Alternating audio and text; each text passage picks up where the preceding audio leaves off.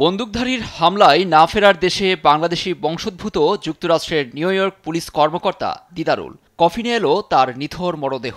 দিদারুলের স্মরণে শ্রদ্ধা জানিয়ে নীরবতা পালন করেন সহকর্মীরা। যুক্তরাষ্ট্রে মঙ্গলবার ম্যানহাটনের একটি অফিস ভবনে অস্ত্রধারীর এলোপাতাড়ি গুলিতে নিহত হন দিদারুল সহ ৫ জন। New York City Police Department NYPDর বাংলাদেশি কর্মকর্তা দিদারুল ইসলামের দাফন বৃহস্পতিবার নিউ জার্সিতে। নিউ ইয়র্কবাসীকে রক্ষা করতে গিয়ে ঢাল হয়ে দাঁড়িয়েছিলেন এ বাংলাদেশি বংশোদ্ভূত। এমন ঘটনা মেনে নিতে পারছেন না কমিউনিটির কেউই। জানাশোনা লোকজন বলছেন একজন সৎ ও ভালো পুলিশ কর্মকর্তা ছিলেন তিনি।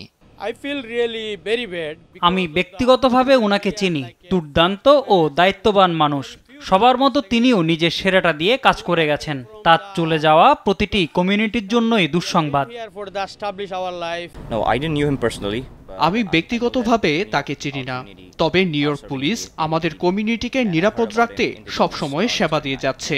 পুলিশ কর্মকর্তা নিহত হওয়ায় আমাদের বড় ক্ষতি হয়ে গেল। ৩৬ বছর বয়সী নিহত দিদারুলের বাড়ি বাংলাদেশের মৌলভীবাজারে। লুৎফর কবির, নিউজ ডেস্ক, দেশ টিভি।